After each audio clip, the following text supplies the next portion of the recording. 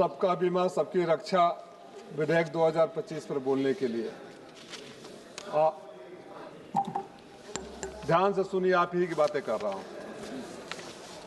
अध्यक्ष जी, जब इस बिल पर बोलने के लिए खड़ा हुआ हूं और जब एफडीआई को 100% करने की बात हो रही है तो सचमुच मुझे 2014 के तत्कालीन मुख्यमंत्री जी की बातें बहुत याद आती है और मुझे लग रहा है कि आपको भी जरूर याद होगा। एफडीआई के बारे में क्या बोला करते थे, आपको भी जानकारी होगी। आज एफडीआई को 26%, 49%, 75% और 100% कर दिया गया। माननीय प्रधानमंत्री जी की तो बातें गिरिराज जी बहुत जगह याद आती है। पेट्रोलियम के दाम के बराबर याद आती है, रुपये की आती है, देश की सुरक्षा पर आती है, पर कैपिटा इनकम की आती है। अब हमेशा थोड़ा हमारी वैचारिक मतभेदता हो सकती है, लेकिन मुख्यमंत्री जी की बातें बहुत याद आती है। अब पता नहीं अब क्यों नहीं कर पाए, जाने कौन सी मजबूरी है। कोई यूं ही बेवफा तो नहीं होता, कुछ तो मजबूरियां रही होगी, मजबूरी उनकी होगी। अध्यक्ष जी, 100% एफडीआई वैसे ही है और उसमें एक प्रावधान लगा दिया गया है कि उसका हेड होगा एक व्यक्ति, इंडियन होगा, खुश करने के लिए लगा दिया गया। मुझे ईस्ट इंडिया कंपनी भी याद आती है। ईस्ट इंडिया कंपनी जब आई थी तो कब्जा करती थी और एक राजा को बोलती थी कि तुम ही यहाँ का मुखिया हो, और एक कानून से ईस्ट इंडिया कंपनी सरकार बन गई। इस बीमा में, इस विधेयक में किसानों के खिलाफ है, गरीबों के खिलाफ है और छात्रों के खिलाफ है। मैं वित्त मंत्री जी से जानना चाहूंगा, क्या कभी आपने सर्वे किया है कि कृषि बीमा जो हुई है उसके प्रीमियम देने में क्या क्या किसानों को भुगतना पड़ता है? नेताजी जब मुख्यमंत्री थे तो उन्होंने कानून बनाया था कि सांप के काटने से किसी गरीब किसान की मौत हो जाएगी तो उसको भी पैसा मिलेगा, 5 लाख रुपए मिलेगा। आज हमारे यहाँ जिस इलाके से आते हैं, कभी गर्मी के दिन में बिजली के तार जलने से खेत आग लग जाते हैं, बाढ़ से सब कुछ हो जाता है। छोटे छोटे किसान हैं और एक किसान वो होते हैं जिनके पास अपनी जमीन नहीं होती। आपकी किसान बीमा नीति में है कि उसका अपना जमीन होना चाहिए। इधर के बैठे हमारे मित्र, नाम लेना उचित नहीं रहेगा, सबको पता है, हमारे यहाँ बोलते हैं पोत पर खेती दिया गया है।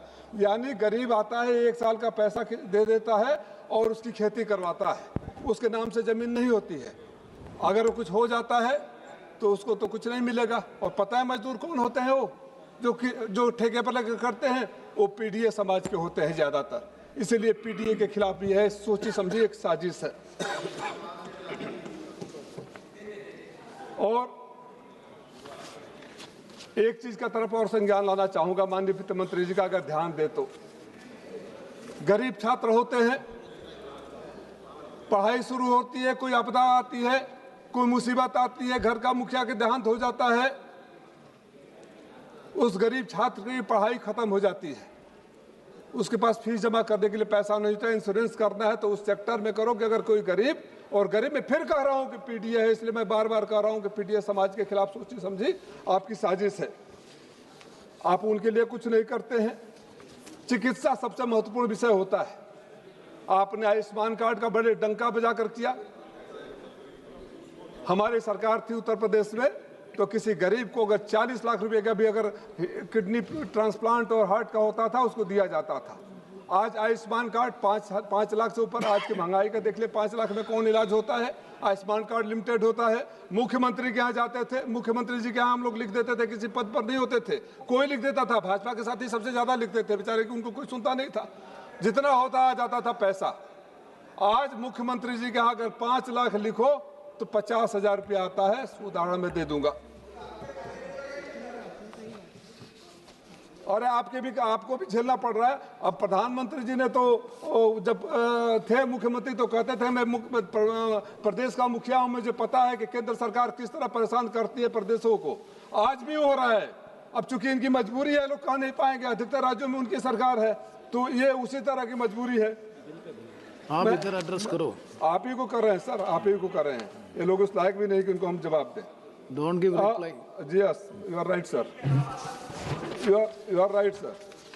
सर, ये जैसे भी 26% से 49%, 74% किया गया, अब 100% किया जा रहा है। इस वक्त देश के स्वामित्व किसी बाहर या हमारी LIC का पैसा मित्रों के कंपनियों में इन्वेस्ट कराएं और बाहर का पैसा लेकर यहाँ करवाएं। देश के लोगों को जो स्वास्थ्य से जुड़ा डेटा है, गरीबी से जुड़ा डेटा है, विदेशी कंपनियों के हाथ में दे देना।